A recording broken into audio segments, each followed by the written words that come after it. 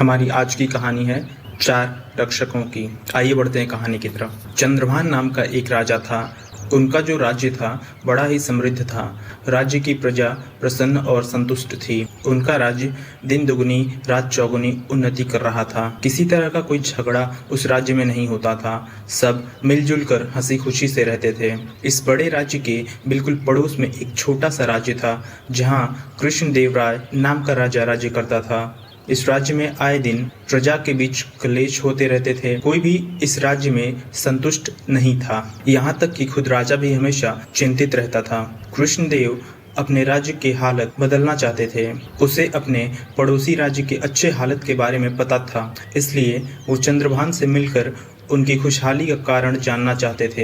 एक बार चंद्रभान से कृष्णदेव की मुलाकात तय हुई। चंद्रभान ने कृष्णदेव राय का स्वागत दिल खोलकर किया। भोजन करने के बाद चंद्रभान कृष्णदेव को अपने राज्य के सेट पर लेकर गए। वहाँ भी कृष्णदेव ने देखा कि हर जगह लोग बड़े सुखी और संतुष्ट हैं। कृष्णदेव राय ने चंद्रभान की प्रशंसा करते हुए कहा, यह तो मानना पड़ेगा कि आपने अपनी प्रजा को बड़े सुख में रखा है और उनके बीच शायद कभी झगड़े भी होते हों।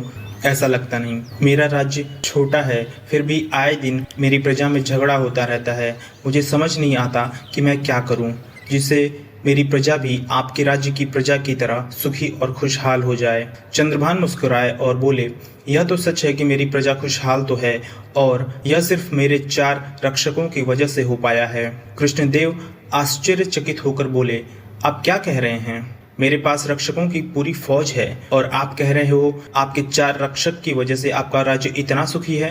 यह कैसे हो सकता है? चंद्रभान बोले, हाँ 4 रक्षक, लेकिन ये 4 रक्षक कोई सामान्य नहीं है, बड़े अद्भुत रक्षक हैं। चलो मैं आपको इन 4 रक्षकों के बारे में बताता हूँ। मेरा पहला रक्षक है सत्य।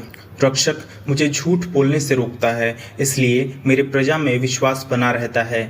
जो राजा हमेशा सत्य बोलता है वह किसी का बुरा या असत्य नहीं करेगा। मेरा दूसरा रक्षक है प्रेम। यह रक्षक मुझे अपने प्रजा से घृणा करने से रोकता है, जिससे मैं मेरी प्रजा का दिल जीत पाता हूँ।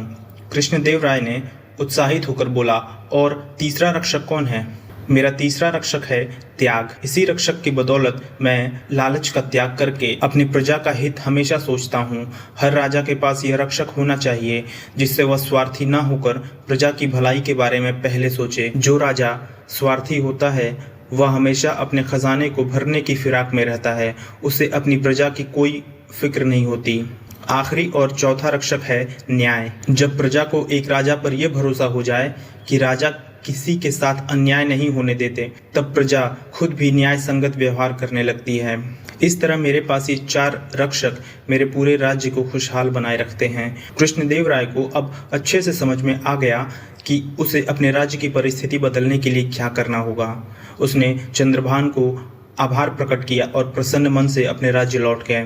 दोस्तों, ये कहानी हमें ये सिखाती है कि ये 4 रक्षक सिर्फ किसी राज्य को खुशहाल बना सकते हैं, ऐसा नहीं है, बल्कि ये किसी परिवार, संगठन, गांव, कंपनी को भी खुशहाल बना सकते हैं।